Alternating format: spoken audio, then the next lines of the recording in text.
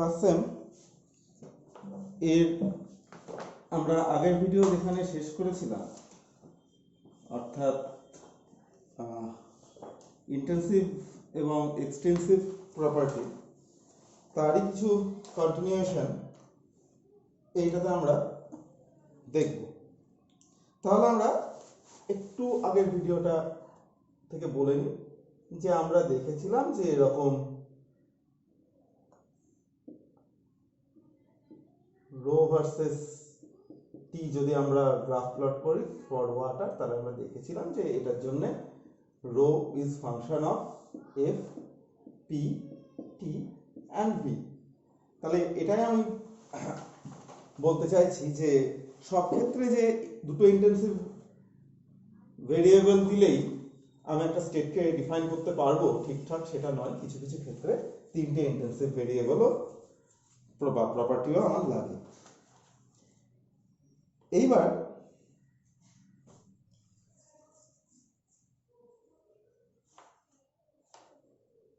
আমি যে জিনিসটা বলতে যাব যে ধরা যাক একটা হোমোজিনিয়াস সিস্টেম আছে। হোমোজিনিয়াস মানে সমসত্ব সিস্টেম। এই সিস্টেমটার মধ্যে ধরা যাক n নাম্বার অফ কনস্টিটুয়েন্ট আছে, মানে n সংখ্যক পদার্থ আছে। এইবার আমরা যদি n-1 সংখ্যক কনস্টিটুয়েন্টের মোল ভগ্নাংশ, মোল ফ্র্যাকশন যদি আমরা জানি, তাহলে আমরা বাকি যেটা অজানা, অর্থাৎ একটি অজানা থাকছে, সেই একটি অজানা মোল ফ্র্যাকশনকে আমরা জেনে নিতে পারবো। ঠিক আছে? তাহলে যে কোনো একটা ইন্টেন্সিভ প্রপার্টি, সেটাকে আমরা লিখতে পারি, ধরা যাক ith কম্পোনেন্টের ইন্টেন্সিভ প্রপার্টি। এটা আমরা i1, i2 এগুলো হচ্ছে i1 i2 হচ্ছে ith ফ্যাক্টরের ইন্টেন্সিভ প্রপার্টি। তারপরে i2 হচ্ছে 2 নম্বর কনস্টিটুয়েন্টের intensive property.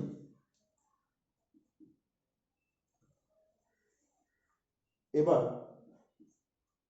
x1 x2 dot dot dot dot কত দূর অবধি যাবে, xn অবধি, কারণ আমরা মোল ফ্র্যাকশন দিয়ে বাকি প্রপার্টিগুলো i3 i4 এগুলো জেনে নিতে পারব। এবার ইন এক্সটেন্সিভ প্রপার্টি যদি আমি দেখি, তাহলে এক্সটেন্সিভ প্রপার্টিকে আমাকে ভর গণিত ইন্টেন্সিভ প্রপার্টি আমরা লিখতে পারি।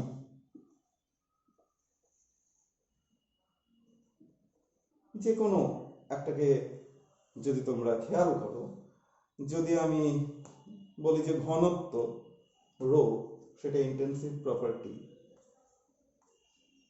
এই ঘনত্বকে যদি আমি m দিয়ে গুণ করি তাহলে আমি পাবো v, সেটা কিন্তু একটা এক্সটেন্সিভ প্রপার্টি। অর্থাৎ যে কোনো ইন্টেন্সিভ প্রপার্টিকে আমি যদি ভর দিয়ে গুণ করি তাহলে আমি পাই হচ্ছে এক্সটেন্সিভ প্রপার্টি। ঠিক আছে? এবার তাহলে ei যদি আমি বলি, তাহলে m গণিত i। আচ্ছা এটা হচ্ছে ফাংশন, হ্যাঁ, এর অপেক্ষক i1 i2 x1 x2 xn এর অপেক্ষক। তাহলে এটা হবে m into i1 i2 i3, ঠিক আছে, dot dot dot dot x1 x2 dot dot dot dot xn অবধি। ঠিক আছে? এখানে i3টা আবার আমি এখানেও লিখে মুছেছিলাম, এখানেও লিখে মুছলাম। অর্থাৎ আমরা যদি i1 i2 জানি, x1 x2 xn মানে মোল ভগ্নাংশগুলো জানি, তাহলে আমরা দুটো যদি জানি তাহলে আমরা তৃতীয়টা চতুর্থটা, পঞ্চমটা, এগুলো কিন্তু অনায়াসে আমরা বের করে নিতে পারি। ঠিক আছে, তাই জন্যে ইন্টেন্সিভ প্রপার্টি আমরা দুটো জানলাম, আর বাকি মোল ফ্র্যাকশন যদি জেনে যাই তাহলেও কিন্তু আমরা সেটা বার করতে পারি। এইবার আমরা যাব ইকুয়েশন অফ স্টেট, বাংলায় বলে অবস্থার সমীকরণ। ইকুয়েশন অফ স্টেট, অবস্থার সমীকরণ কি বলছে? যে একটা সিস্টেমকে, কোনো একটা সিস্টেমকে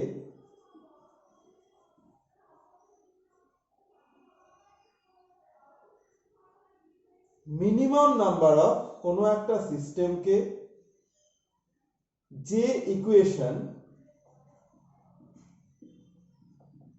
মিনিমাম নাম্বার অফ এক্সটেন্সিভ এবং ইন্টেন্সিভ প্রপার্টি দিয়ে ডিফাইন লাগে, মিনিমাম মানে সর্বনিম্ন, কোন একটা সিস্টেমকে যে ইকুয়েশন সর্বনিম্ন এক্সটেন্সিভ এবং ইন্টেন্সিভ প্রপার্টি দিয়ে ডিফাইন করতে পারে, সেই ইকুয়েশনটাকে আমরা বলি ইকুয়েশন অফ স্টেট। ঠিক আছে, তাহলে যে ইকুয়েশনের মধ্যে মিনিমাম নাম্বার অফ এক্সটেন্সিভ এবং ইন্টেন্সিভ প্রপার্টি থাকবে, অনেকে থাকতে পারে, কিন্তু প্রত্যেকটাকে কিন্তু আমরা ইকুয়েশন অফ স্টেট বলবো না। আমরা দেখব সর্বনিম্ন যতগুলি এক্সটেন্সিভ এবং ইন্টেন্সিভ ধর্মগুলো নিয়ে আমরা একটা ইকুয়েশন গঠন করব, এবং সেই ইকুয়েশন যেটা এই মিনিমাম নাম্বার অফ এক্সটেন্সিভ এবং ইন্টেন্সিভ প্রপার্টি দিয়ে গঠিত হলো, সেই ইকুয়েশনটা এই সিস্টেমটাকে, এই সিস্টেমের বর্ণনা সম্পূর্ণভাবে দিতে পারবে। তাহলে আমরা ধরে নিচ্ছি যে যদি z, ঠিক আছে, z কে আমরা ধরছি এক্সটেন্সিভ প্রপার্টি, z বার কে আমি ধরছি z এরই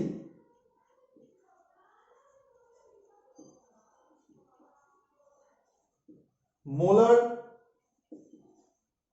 প্রপার্টি, আর n হচ্ছে নাম্বার অফ মোলস।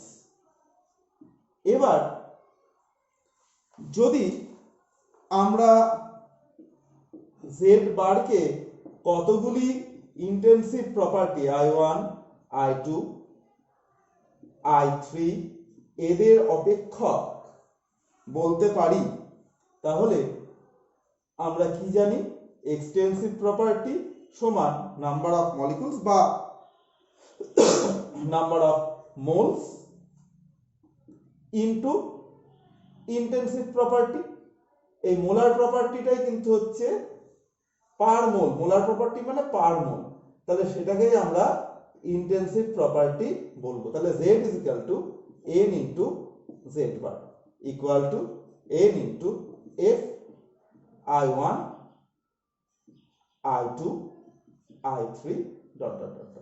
তাহলে এই যে আমি সমীকরণটা পেলাম, এই সমীকরণটাতে আমার মিনিমাম নাম্বার অফ এক্সটেন্সিভ এবং ইন্টেন্সিভ প্রপার্টি লেগেছে।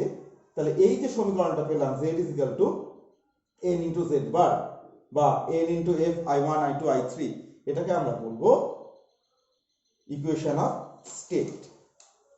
যেরকম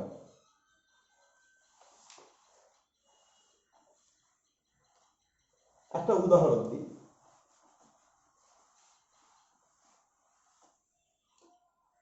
আমরা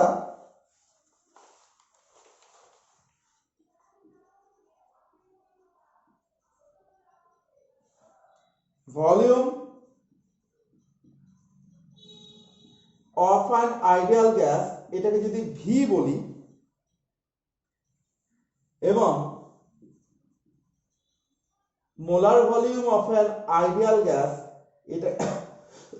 এটাকে যদি ভি বার বলি, তাহলে আমি আর নাম্বার অফ মোলস এটাকে যদি আমি এন বলি, তাহলে আমি লিখতে পারি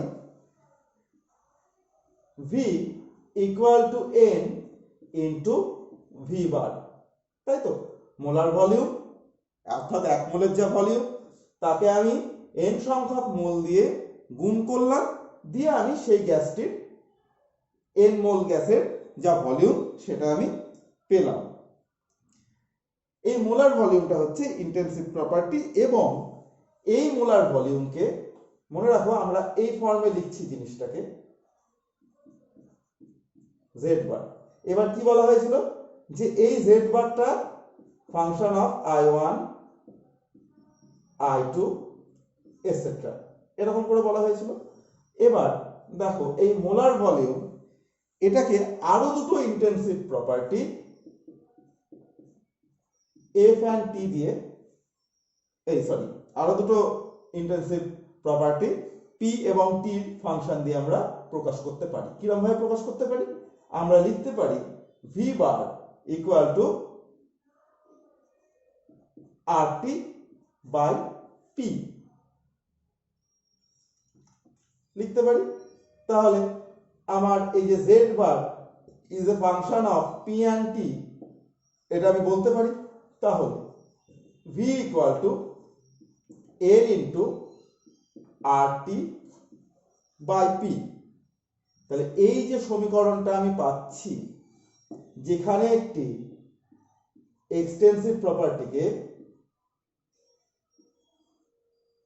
n number of moles into intensive property, এই যে তাহলে এক্সটেন্সিভ প্রপার্টি সমান n, দেখো n, আর জেড বার যেটা কিনা ইন্টেনসিভ প্রপার্টি, এবং সেই ইন্টেনসিভ প্রপার্টিকে আমরা এই ফাংশনগুলো দিয়ে ডিফাইন করতে পারছি, এখানে যেরকম পি এবং টি দিয়ে ডিফাইন করতে পারছি, তাহলে এই ফর্মে লিখতে পারছি।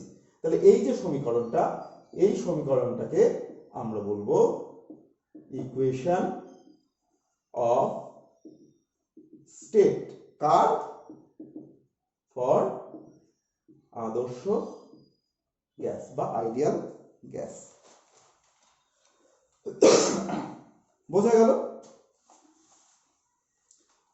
তাহলে গ্যাসের আরো অনেক সমীকরণ হয়, কিন্তু সবগুলোকে আমরা ইকুয়েশন অফ স্টেট বলছি না। আমরা যেরকম বয়েলের সূত্র, এখানে একটা কথা আমি বলে দিই, বয়েলের সূত্র P1 V1 equal to P2 V2, এটা কিন্তু ইকুয়েশন অফ স্টেট নয়, কারণ এটা কিন্তু আইডিয়াল গ্যাসের সমস্ত প্রপার্টিকে ডিফাইন করতে পারছে না। বোঝা গেল? বা অ্যাভোগাড্রোর যে সূত্র, ঠিক আছে, V is equal to Kn, এটাও কিন্তু আমরা বলতে পারি না, কারণ সেখানে টেম্পারেচার বলে একটা ব্যাপার থেকে যায়। ঠিক আছে? তাহলে আরো অনেক সমীকরণ হতে পারে আইডিয়াল গ্যাসের, সবগুলো কিন্তু ইকুয়েশন অফ স্টেট নয়। বোঝা গেল ইকুয়েশন অফ স্টেট কি? এরপর আমরা চলে যাব থার্মোডাইনামিক ইকুইলিব্রিয়ামে। আমরা চলে যাব নেক্সট, আমরা যেটা যাব সেটা হচ্ছে থার্মোডাইনামিক ইকুইলিব্রিয়াম।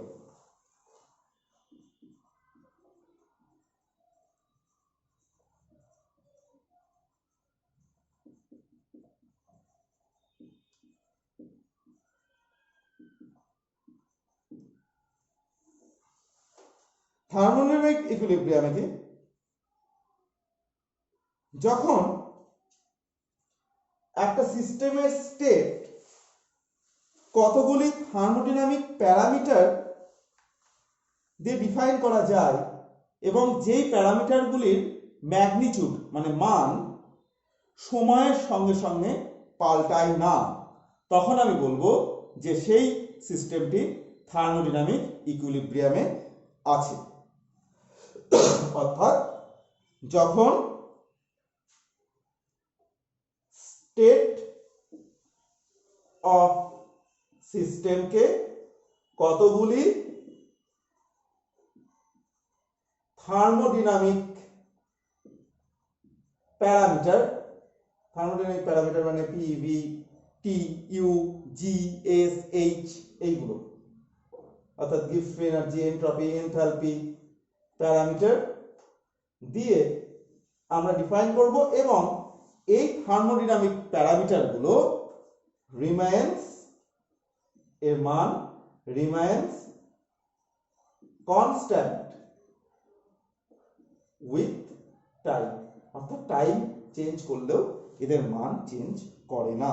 তখন আমি বলবো সেটা থার্মোডাইনামিক ইকুইলিব্রিয়ামে আছে। থার্মোডাইনামিক ইকুইলিব্রিয়াম তিন ধরনের হয়। প্রথমটা হচ্ছে মেকানিক্যাল। মেকানিক্যাল কি?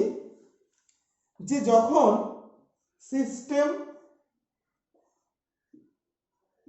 এবং সারাউন্ডিংস এর মধ্যে কোনো আনব্যালেন্সড ফোর্স কাজ করছে না, মানে এমন কিছু হচ্ছে না যাতে সিস্টেমের মধ্যে ফোর্সটা বেশি বা সারাউন্ডিংস এর ফোর্সটা বেশি, সেরকম কোনো কিছু কাজ হচ্ছে না। এখানে এটার যা বল, যে বল এটা সারাউন্ডিংস এর উপর প্রয়োগ করছে, সারাউন্ডিংসও সমপরিমাণ বল সিস্টেমের উপর প্রয়োগ করছে, তখন আমি তাকে বলবো মেকানিক্যাল ইকুইলিব্রিয়াম। নেক্সট হচ্ছে থার্মাল ইকুইলিব্রিয়াম।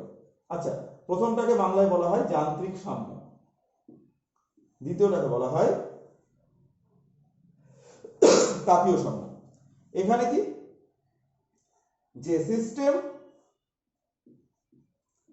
এবং সারাউন্ডিংস এর মধ্যে টি অর্থাৎ টেম্পারেচার রিমেন্স সেম, টেম্পারেচারটা একই হয়। তারপরে হচ্ছে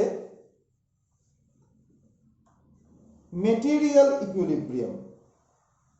এই মেটেরিয়াল ইকুইলিব্রিয়ামকে আমরা রাসায়নিক সাম্যও বলতে পারি, মানে মেটেরিয়াল ইকুইলিব্রিয়াম আর কেমিক্যাল ইকুইলিব্রিয়াম, রাসায়নিক সাম্য একই জিনিস। সেটা কি? যখন সিস্টেমটা যে কনস্টিটিউয়েন্ট বা যে পদার্থ দিয়ে তৈরি হয় তার পরিমাণ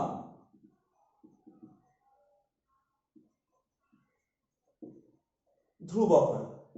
অর্থাৎ যদি দেখা যায় যে 2 গ্রাম এ এই সিস্টেমটার মধ্যে ধরা যাক 2 মোল এ এবং 3 মোল বি, 4 মোল সি, এটা দিয়ে একটা সিস্টেম গঠিত, তাহলে সময় এর সাথে সময় যত অগ্রগতি হবে বা সময় যত ইনক্রিজ করবে, এই 2 মোল এ বা 3 মোল বি বা 4 মোল সি এদের মানটা কিন্তু পরিবর্তিত হবে না। মানে 2 মোল এ 2 মোলই থাকবে, মানে যদি সময় বৃদ্ধিও পায় তাহলে এই 2 মোল এটা কমে 1 মোল এ হবে না, বা এই সিটা কমে 3 মোল সি হবে না। ঠিক আছে, তাহলে সেটাকে আমরা বলবো রাসায়নিক সাম্য। নেক্সট আমরা যেটা যাব সেটা হচ্ছে স্টেডি স্টেট।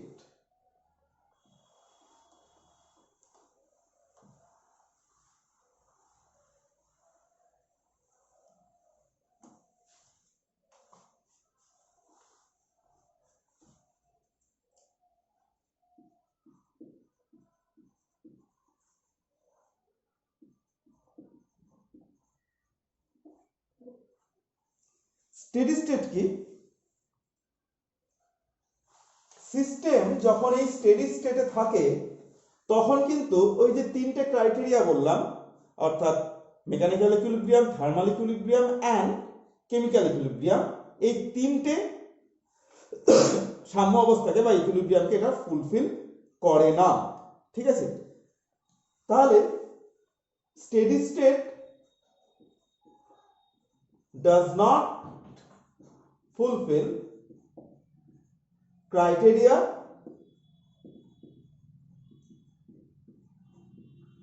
of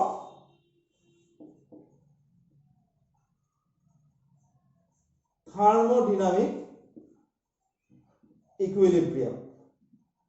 ঠিক আছে, এমন কোন একটা সিস্টেমকে স্টেডি স্টেটে থাকতে গেলে তার কোনো দরকার নেই যে সে থার্মোডাইনামিক ইকুইলিব্রিয়াম, অর্থাৎ সেটা যান্ত্রিক সাম্যে থাকবে, সাম্য অবস্থায় থাকবে, মেকানিক্যাল ইকুইলিব্রিয়ামে থাকবে, সেটা থার্মাল ইকুইলিব্রিয়ামে থাকবে এবং সেটা মেটেরিয়াল বা কেমিক্যাল ইকুইলিব্রিয়ামে থাকবে, এমন কোনো তার বাধ্যবাধকতা নেই। কিন্তু না থাকলেও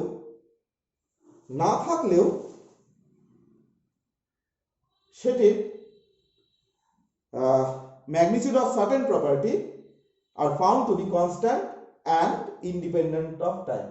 কিন্তু তাও এর কিছু প্রপার্টি, এটা থাকছে না ইকুইলিব্রিয়ামে, কিন্তু তাও এর কিছু ধর্ম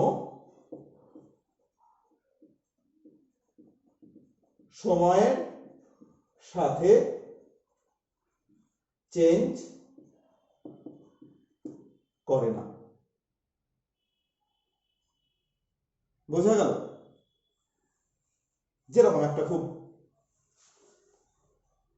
উদাহরণ দিই, এই উদাহরণটা মনে রাখবে।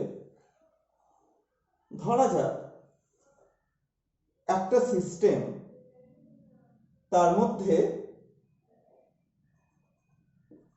m গ্রাম জল আছে। তাহলে এই সিস্টেমটাকে যদি আমি ভালো করে মানে দেখি, তাহলে দেখবো এটা কিন্তু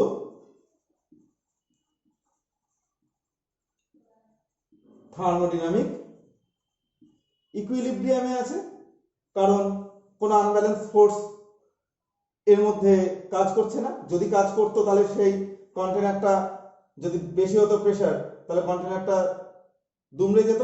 আর যদি এই H2O প্রেসার এই সারাউন্ডিংস এর থেকে বেশি হতো, তাহলে কি এই H2Oটা সারাউন্ডিংস থেকে, মানে সিস্টেম থেকে সারাউন্ডিংসে চলে আসতো। যা হয়, একটা বিকারে যদি আমি কিছু পরিমাণ জল রাখি, তাহলে এমন হয় না যে বিকারটা দুমড়ে মুছড়ে যাচ্ছে। তাহলে আমি কি বলতে পারি যে এর মধ্যে প্রেসারটা ঠিক আছে, বা এমনও হয় না যে বিকারের কাঁচ ভেদ করে জল বেরিয়ে চলে যাচ্ছে ভেঙে। তাহলে প্রেসারটা কিন্তু এখানে আর এখানে সমান আছে। আচ্ছা, দুটোই আমি যদি রেখে দিই অনেকক্ষণ ধরে, তাহলে সারাউন্ডিংস এর টেম্পারেচার যা হবে, সারাউন্ডিংস যদি 25 ডিগ্রি সেন্টিগ্রেডে থাকে, তাহলে এটাও 25 ডিগ্রি সেন্টিগ্রেডে থাকবে। আর তারপরে আমি যদি এটাকে ভালো করে ঢেকে রাখি, তাহলে দেখব যে m গ্রাম জল নিয়ে m গ্রাম জলই আছে, অর্থাৎ সেটা তিনটে মেকানিক্যাল ইকুইলিব্রিয়াম, থার্মাল ইকুইলিব্রিয়াম এবং মেটেরিয়াল ইকুইলিব্রিয়াম। যেহেতু m গ্রাম জলই আছে, সময় অতিবাহিত হয়ে গেলেও সেটা কমছে না, তাই জন্য আমরা বলবো যে এটা থার্মোডাইনামিক ইকুইলিব্রিয়ামে আছে। ঠিক আছে, এইবার ধরা যাক একটি পাইপ,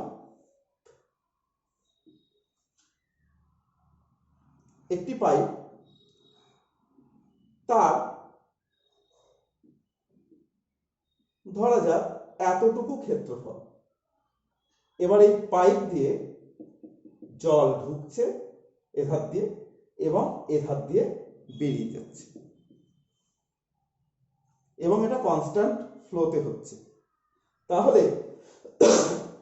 তাহলে যতক্ষণ, তাহলে আমি বলতে পারি না যে এই যে স্টেটটা সেটা ইকুইলিব্রিয়ামে আছে, কারণ যখন এটা যাচ্ছে তখন নিশ্চয়ই তার মধ্যে এই পাইপের সাথে জলের অণুর কিছু ঘর্ষণ হচ্ছে, তাতে জলের অণুর কিছুটা টেম্পারেচার বেড়ে যাচ্ছে বা কমে যাচ্ছে, যাই হোক না কেন।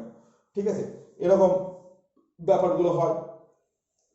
কিন্তু একটা ব্যাপার আমাদেরকে ধরে রাখতে হবে, মনে রাখতে হবে, যে যদি এই ভেলোসিটিটা ঠিক থাকে তাহলে এই পরিমাণ, এই পাইপটার প্রতি একক আয়তনে